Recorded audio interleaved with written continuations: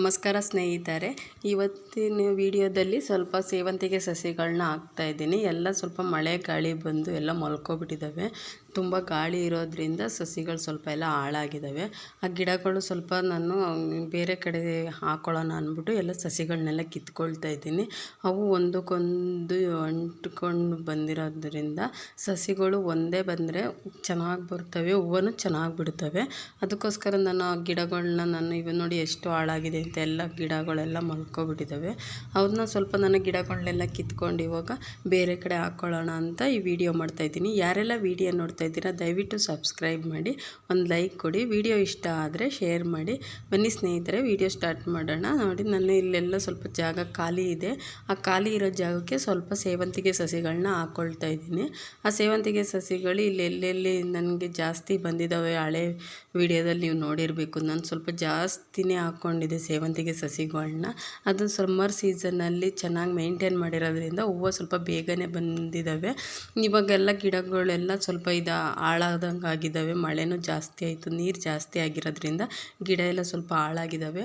ಅದಕ್ಕೋಸ್ಕರ ನಾನು ಬೇರೆ ಕಡೆ ಹಾಕ್ಕೊಳ್ಳೋಣ ಸ್ವಲ್ಪ ಗಿಡಗಳನ್ನ ಕಿತ್ಕೊಂಡು ಅಂದ್ಬಿಟ್ಟು ಇವಾಗೆಲ್ಲ ಗಿಡಗಳನ್ನ ಕಿತ್ಕೊಳ್ತಾ ಇದ್ದೀನಿ. ನೋಡಿ, ಈ ಥರ ಜಾಸ್ತಿ ಮಂದಕ್ಕೆ ಬಂದರೆ ಗಿಡಗಳು ಹೂವು ಚೆನ್ನಾಗಿ ಬರೋದಿಲ್ಲ.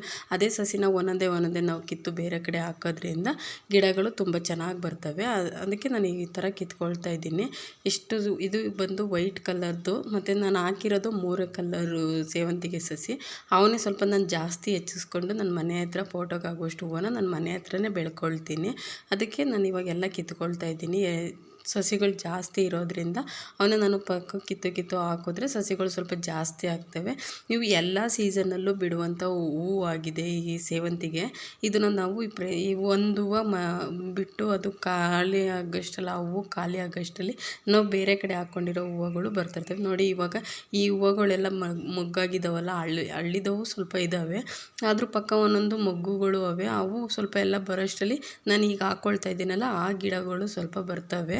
ಹೀಗೆ ಒಂದು ಹೂವು ಖಾಲಿ ಆಗೋಷ್ಟರಲ್ಲಿ ಇನ್ನೊಂದು ಗಿಡದಲ್ಲಿ ಹೂವು ಬರಬೇಕು. ಆ ಥರ ನಾವು ಗಾರ್ಡನ್ಗಳಲ್ಲಿ ಸಸಿಗಳನ್ನ ಮೇಂಟೈನ್ ಮಾಡ್ಕೋಬೇಕು. ಅದಕ್ಕೆ ನಾನು ಇವಾಗೆಲ್ಲ ಕಿತ್ಕೊಳ್ತಾ ಇದ್ದೀನಿ.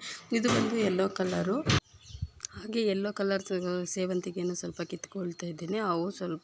ಅವು ಎಲ್ಲ ಹಾಳಾಗ್ಬಿಟ್ಟಿದ್ದಾವೆ. ಅವಕ್ಕೂ ಸ್ವಲ್ಪ ಗೊಬ್ಬರ ನೀರು ಚೆನ್ನಾಗಿ ಹಾಕಿ ಮೇಂಟೈನ್ ಮಾಡೋದ್ರಿಂದ ಚೆನ್ನಾಗಿ ಬರ್ತವೆ. ಅದಕ್ಕೋಸ್ಕರ ಇವನು ಕೂಡ ನಾನು ಕಿತ್ಕೊಳ್ತಾ ಇದ್ದೀನಿ ಬೇರೆ ಕಡೆ ಹಾಕೋದಕ್ಕೆ. ಹೀಗೆ ಈ ಥರ ಮಾಡೋದ್ರಿಂದ ನಾವು ಸೇವಂತಿಗೆ ಸಸಿಗಳನ್ನ ಗಾರ್ಡನ್ಗಳಲ್ಲಿ ಹೆಚ್ಚಿಸ್ಕೋಬೋದು. ನಾನೊಂದು ಸಸಿನೂ ಬಿಡ್ತಿಲ್ಲ, ಏಕೆಂದರೆ ಇವಕ್ಕೆ ನಾನು ಬೇರೆ ಗೊಬ್ಬರ ಹಾಕೋದ್ರಿಂದ ಗಿಡಗಳು ಹೇಗೆ ಮೇಂಟೈನ್ ಮಾಡಿದ್ದೀನಿ ಅನ್ನೋದನ್ನ ನಾನು ನೆಕ್ಸ್ಟ್ ವೀಡಿಯೋದಲ್ಲಿ ತೋರಿಸ್ತೀನಿ. ನೋಡಿ, ಇಷ್ಟು ಸಸಿಗಳನ್ನ ನಾನಿವಾಗ ಕಿತ್ಕೊಂಡಿರೋದು. ಹಾಗೆ ಇಲ್ಲಿ ಒಂದು ಪಿಂಕ್ ಕಲರ್ದು ಇದೆ, ಅದ್ರದ್ದು ಸಸಿಗಳನ್ನ ಸ್ವಲ್ಪ ಕಿತ್ಕೊಳ್ತೀನಿ. ಆ ಪಿಂಕ್ ಕಲರ್ದು ಸ್ವಲ್ಪ ಸಸಿಗಳು ನಾನು ಜಾಸ್ತಿನೇ ಹಾಕ್ಕೊಂಡಿದ್ದೆ, ಯಾಕೆಂದರೆ ಬೇಸಿಗೆಯಲ್ಲಿ ಸ್ವಲ್ಪ ಮಳೆ ಜಾಸ್ತಿ ಆಗಿರೋದ್ರಿಂದ ನಾವು ಊರಲ್ಲಿ ಇಲ್ಲದೆ ಹೋಗಿರೋ ಕಾರಣ ಗಿಡಗಳು ಎಲ್ಲ ಸ್ವಲ್ಪ ಹಾಳಾಗ್ಬಿಟ್ಟಿದ್ದಾವೆ. ತುಂಬಾ ನಾನು ಸಸಿಗಳು ಹಾಕಿದ್ದೀನಿ. ನೀವು ಹಳೆ ವಿಡಿಯೋ ನೋಡಿರಬೇಕು ಯಾವ ರೀತಿ ನಾನು ಸೇವಂತಿಗೆ ಸಸಿಗಳನ್ನ ನಮ್ಮ ಗಾರ್ಡನಲ್ಲಿ ಹೆಚ್ಚಿಸ್ಕೊಂಡಿದೆ ಅಂತ. ಇವಾಗ ನೋಡಿ ಯಾವ ರೀತಿ ಹಾಳಾಗಿದೆ ನಮ್ಮ ಗಾರ್ಡನ್ನು. ಅದಕ್ಕೆ ಇದಕ್ಕೆಲ್ಲ ನಾನು ಮೊದಲಿನ ಥರ ಗಾರ್ಡನ್ ಮಾಡ್ಕೊಳ್ಳೋದಕ್ಕೆ ನನಗೆ ಜಾಸ್ತಿ ಸೇವಂತಿಗೆ ಸಸಿಗಳು ಇಷ್ಟ ಇರೋದ್ರಿಂದ ನಾನು ಅದನ್ನೇ ಸ್ವಲ್ಪ ಜಾಸ್ತಿ ಹಾಕ್ಕೊಳ್ತೀನಿ ಮನೆ ಹತ್ರ. ಇವು ಒಂದೊಂದೇ ನಾವು ಫೋಟೋಗಳಿಗೆ ಮುಡಿಸೋದ್ರಿಂದ ನಮಗೆ ಹೂವು ಕೊಂಡೋ ಅವಶ್ಯಕತೆ ಇರೋಲ್ಲ. ಅದಕ್ಕೆ ಒಂದು ಸಸಿಲೇನೆ ಎಷ್ಟು ಹೂವು ಬಿಡ್ತವೆ ಅಂದರೆ, ಇವು ನಾವು ಮೇಂಟೈನ್ ಮಾಡಿದಾಗೆಲ್ಲ ಗಿಡ ಚೆನ್ನಾಗಿ ಬಂದರೆ ಹೂವು ತುಂಬ ಚೆನ್ನಾಗಿ ಬರ್ತವೆ. ಇದೆಲ್ಲ ರೆಡ್ ಪಿಂಕ್ ಕಲರ್ದೇನೆ ಸೇವಂತಿಗೆ. ಇದನ್ನು ನಾನೆಲ್ಲ ಕಿತ್ಕೊಳ್ತಾ ಇದ್ದೀನಿ. ಬೇರೆ ಕಡೆ 2 3 ಗಿಡಗಳು ಇರುತ್ತೆ, ಅವೆಲ್ಲ ನಾನು ಒಂದೊಂದು ಗಿಡನ ಕಿತ್ಕೊಳ್ತಾ ಇದ್ದೀನಿ. ಇವನ್ನೆಲ್ಲ ಕಿತ್ಕೊಂಡು ನಾನು ಇವಾಗ ಖಾಲಿ ಇರೋ ಜಾಗದಲ್ಲಿ ಇವಾಗ ಹಾಕ್ಕೊಳ್ತೀನಿ. ಎಷ್ಟು ಸಸಿಗಳನ್ನ ನಾನು ಇವಾಗ ಕಿತ್ಕೊಂಡಿದ್ದೀನಿ ಅನ್ನೋದನ್ನ ನಿಮಗೆ ಈ ವಿಡಿಯೋದಲ್ಲಿ ತೋರಿಸ್ತೀನಿ. ನೋಡಿ, ನನಗೆ ಬಂದು ಇಷ್ಟು ಸಸಿಗಳು ಸಿಕ್ಕಿದ್ದಾವೆ.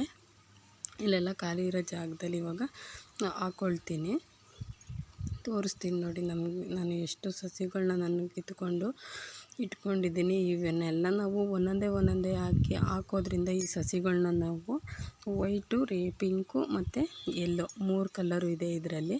ಇದನ್ನು ನಾವು ಒಂದೊಂದೇ ಸಸಿನ ನಾವು ಹಾಕೋದ್ರಿಂದ ಗಿಡಗಳು ತುಂಬ ಚೆನ್ನಾಗಿ ಬರ್ತವೆ. ನೀವು ಬೇಕಾದ್ರೆ ಟ್ರೈ ಮಾಡಿ ನೋಡಿ. ಆದರೂ ಒಂದೊಂದೇ ಸಸಿಗಳು ಹಾಕ್ಬೇಕು. ಇದನ್ನು ಜಾಸ್ತಿ ಹಾಕಿದ್ರೆ ಹೂವು ಚೆನ್ನಾಗಿ ಬರೋದಿಲ್ಲ, ಯಾಕೆಂದರೆ ಒತ್ತೊತ್ತಾಗಿರೋದ್ರಿಂದ ಗಿಡಗಳು ಚೆನ್ನಾಗಿ ಬರೋದಿಲ್ಲ. ಈಗ ನೋಡಿ, ನಾನು ಇಲ್ಲೇ ಹಾಕ್ಕೊಳ್ತೀನಿ. ಅದಕ್ಕೆ ಅಂತ ನಾನು ಏನು ಇದು ಮಾಡ್ತಿಲ್ಲ, ಸುಮ್ಮನೆ ಭೂಮಿಗೆ ಅಗದ್ಬಿಟ್ಟು ಸ್ವಲ್ಪ ಮಣ್ಣು ಹಾಕಿದ್ರೆ ಅದ್ರ ಮೇಲೆ. ಈಗ ಮಳೆ ಹುಯ್ತಾ ಇರೋದ್ರಿಂದ ಸಸಿಗಳು ಸ್ವಲ್ಪ ಬೇಗ ಹತ್ಕೊಬಿಡ್ತವೆ. ಅವೇನು ಇದಿಲ್ಲ, ಏಕೆಂದರೆ ಸ್ವಲ್ಪ ಬೇರಿದ್ರೆ ಸಾಕು. ಅದರಲ್ಲಿ ಸೇವಂತಿಗೆ ಸಸಿಗಳನ್ನ ತುಂಬ ಸುಲಭವಾಗಿ ಬೆಳೆಯಬಹುದು ನಾವು ಗಾರ್ಡನ್ಗಳಲ್ಲಿ. ನೋಡಿ ಇದೇ ರೀತಿ ನಾನು ಹಾಕ್ಕೊಂಡೆಲ್ಲ ರೆಡಿ ಮಾಡ್ಕೊಳ್ತಾ ಇದ್ದೀನಿ.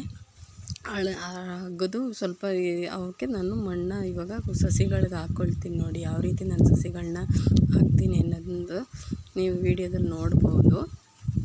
ತುಂಬ ಸುಲಭವಾಗಿ ನಾವು ಮನೆಗಳ ಹತ್ರ ಈ ಥರ ಹಾಕ್ಕೊಳ್ಬೋದು. ನೋಡಿ ನಾನು ಇವಾಗ ಎಲ್ಲ ಅಗದಿ ರೆಡಿ ಮಾಡ್ಕೊಂಡಿದ್ದೀನಿ. ಎಲ್ಲೆಲ್ಲಿ ಖಾಲಿ ಇತ್ತು ನಮ್ಮ ಗಾರ್ಡನ್ನಲ್ಲಿ ಅಲ್ಲೆಲ್ಲ ನಾನು ಬರೀ ನನ್ನ ಸೇವಂತಿಗೆ ನಾನು ಜಾಸ್ತಿ ಇಷ್ಟಪಡೋದ್ರಿಂದ ಅದನ್ನೇ ನಾನು ಸ್ವಲ್ಪ ಜಾಸ್ತಿ ಹಾಕ್ಕೊಳ್ತಿದ್ದೀನಿ.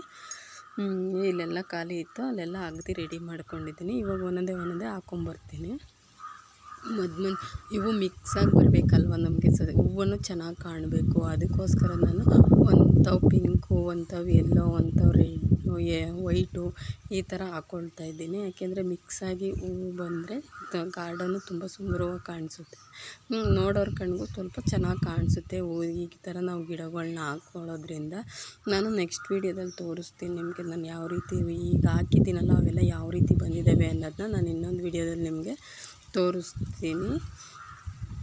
ಈ ರೀತಿ ನಾನು ಹಾಕ್ಕೊಳ್ತಾಯಿದ್ದೀನಿ. ಇಷ್ಟೇ ನಾನು ಹಾಕ್ತಾ ಇರೋದು ಇವಾಗ. ಯಾಕೆಂದ್ರೆ ನೀರು ಕೂಡ ಹಾಕ್ತಾಯಿಲ್ಲ ಇವಾಗ, ಮಳೆ ಬರ್ತಾನೆ ಇದೆ, ತ್ಯಾವನೂ ಇದೆ. ಇದಕ್ಕೆ ನೀರೇನು ಹಾಕೋ ಅವಶ್ಯಕತೆ ಇಲ್ಲ. ಯಾಕೆಂದರೆ ಮಳೆ ಆವಾಗವಾಗ ಬಂದು ಹೋಗೋದು ಮಾಡ್ತಾಯಿದೆ. ಇವನ್ನೆಲ್ಲ ನಾನು ಇವಾಗ ಎಲ್ಲೂ ಖಾಲಿ ಬಿಡ್ದಂಗೆ ಆ ಜಾಗದಲ್ಲೆಲ್ಲ ಫುಲ್ಲು ಫಿಲ್ ಮಾಡಿಬಿಡ್ತೀನಿ ಇವಾಗ. ನಿಮಗೂ ಯಾರಿಗಾದರೂ ಈ ಥರ ಹಾಕೋ ಮನೆಗಳ ಹತ್ರ ಹಾಕೋ ಐಡಿಯಾಗಳಿದ್ರೆ ಈ ರೀತಿ ಮಾಡಿ. ಒಂದು ಸಸಿ ಇದ್ದರೆ ಸಾಕು, ನಾವು ಎಷ್ಟು ಸಸಿಗಳನ್ನೂ ಬೇಕಾದರೂ ನಾವು ಹಾಕೋಬೋದು ಒಂದೇ ಒಂದು ಸಸಿಯಿಂದ. ಆದರೆ ನಾವು ಇವಾಗ ನರ್ಸರಿಗಳಲ್ಲಿ ಸಸಿಗಳು ತರೋಕ್ಕೆ ಹೋದರೆ ಅದು ಇನ್ನೊಂದು ಕಾಡು ಬಂದಿರಬೇಕು. ಆ ಸಸಿಲಿ ನಾವು ತಗೊಳ್ಳೋ ಸಸಿಲಿ, ಸೇವಂತಿಗೆ ಸಸಿಲಿ ಇನ್ನೊಂದು ಕಾಡು ಬಂದಿದ್ದರೆ ಮಾತ್ರ ಸಸಿಗಳು ಅದರಲ್ಲಿ ಇನ್ನೂ ಒಂದು ಬರೋಕ್ಕೆ ಅವಕಾಶ ಆಗೋದು. 2-3 ಅದರಲ್ಲಿ ಇಲ್ಲ ಅಂತಂದರೆ ಹೂವು ಚೆನ್ನಾಗಿ ಬರೋದಿಲ್ಲ. ಅದು ಒಂದೇ ಸಲ ಹೂವು ಬಿಟ್ಟು ಒಣಗೋಗ್ಬಿಡ್ತದೆ. ಹಾಗೆ ನಾನು ಸ್ವಲ್ಪ ಇಲ್ಲಿ ಗಾರ್ಡನ್ ಕ್ಲೀನ್ ಮಾಡ್ಬೇಕಾದ್ರೆ ಡ್ರ್ಯಾಗನ್ ಫ್ರೂಟ್ಸ್ ಗಿಡ ಹಾಕಿದ್ದೆ. ಅವು ಇದಕ್ಕೆ ಸ್ವಲ್ಪ ನನಗೆ ಅಲ್ಲಿ ಹಾಕೋ ಜಾಗ ಚೆನ್ನಾಗಿಲ್ಲ ಅಂದ್ಬಿಟ್ಟು ಬೇರೆ ಕಡೆ ಹಾಕೋಣ ಅಂತ ಅಂದ್ಬಿಟ್ಟು ಕಿತ್ತಿಟ್ಕೊಂಡಿದ್ದೆ. ಅದನ್ನು ಸ್ವಲ್ಪ ಇವಾಗ ಈ ಜಾಗದಲ್ಲಿ ಹಾಕ್ಕೊಳ್ತಾ ಇದ್ದೀನಿ ಇಲ್ಲೇ. ಇದು ನಾನು ಬಂದು ಇದ್ರ ಸೊಪ್ಪಿದು ಪಾಲಕ್ ಸೊಪ್ಪು. ಇಲ್ಲಿ ಸೀಡ್ಸ್ ಆಗಲಿ ಅಂತ ಬಿಟ್ಬಿಟ್ಟಿದ್ನಲ್ಲ, ಅದೆಲ್ಲ ನಾನು ಕ್ಲೀನ್ ಮಾಡ್ಬೇಕಾದ್ರೆ ಎಲ್ಲ ಸೀಡ್ಸ್ ಎಲ್ಲ ಉದುರಿತು. ಅದರಿಂದ ಇವಾಗ ನೋಡಿ ಎಲ್ಲ ಎಷ್ಟು ಚೆನ್ನಾಗಿ ಬಂದಿದೆ. ಇದೆಲ್ಲ ಸೊಪ್ಪೇನೆಯ ಪಾಲಕ್ ಸೊಪ್ಪಿದು. ಅದ್ರ ತವೇನ ನಾನು ಇವಾಗ ಒಂದು ಸ್ವಲ್ಪ 2 ಡ್ರ್ಯಾಗನ್ ಫ್ರೂಟ್ಸ್ ಗಿಡನ ಹಾಕ್ಕೊಳ್ತಾ ಇದ್ದೀನಿ. ಯಾಕೆಂದರೆ ಇಲ್ಲಿ ಗೋಡೆ ಇದೆ, ಆ ಗೋಡೆಗೆ ಹಬ್ಬಿಸ್ಕೋಬೋದು ಅಂದ್ಬಿಟ್ಟು ನಾನು ಈ ಕಡೆ ಸೈಡ್ಗೆ ಹಾಕ್ತಿದ್ದೀನಿ. ಯಾಕೆಂದರೆ ಅಲ್ಲಿ ಮಧ್ಯದಲ್ಲಿ ಹಾಕಿದೆ, ಅದಕ್ಕೇನು ಗ್ರಿಪ್ಸ್ ಇರಲಿಲ್ಲ. ಅದಕ್ಕೋಸ್ಕರ ನಾನು ಇವಾಗ ಇಲ್ಲಿ ಸೈಡಲ್ಲಿ ಹಾಕ್ಕೊಳ್ತಾ ಇದ್ದೀನಿ. ಈ ರೀತಿ ನಾವು ಡ್ರ್ಯಾಗನ್ ಫ್ರೂಟ್ಸ್ ಗಿಡಗಳನ್ನ ನಾವು ಮನೆ ಹತ್ರನೇ ತುಂಬ ಸುಲಭವಾಗಿ ಹಾಕ್ಕೋಬೋದು. ಈ ರೀತಿ ನಾನು ಹಾಕ್ಕೊಂಡಿದ್ದೀನಿ 2 ಡ್ರ್ಯಾಗನ್ ಫ್ರೂಟ್ಸ್ ಗಿಡನ. ಯಾರಿಗೆಲ್ಲ ವಿಡಿಯೋ ಇಷ್ಟ ಆಗಿದೆ ದಯವಿಟ್ಟು ವಿಡಿಯೋನ ಲೈಕ್ ಮಾಡಿ, ಶೇರ್ ಮಾಡಿ. ವಿಡಿಯೋ ಇಷ್ಟ ಆದರೆ ಶೇರ್ ಮಾಡಿ. ಧನ್ಯವಾದಗಳು.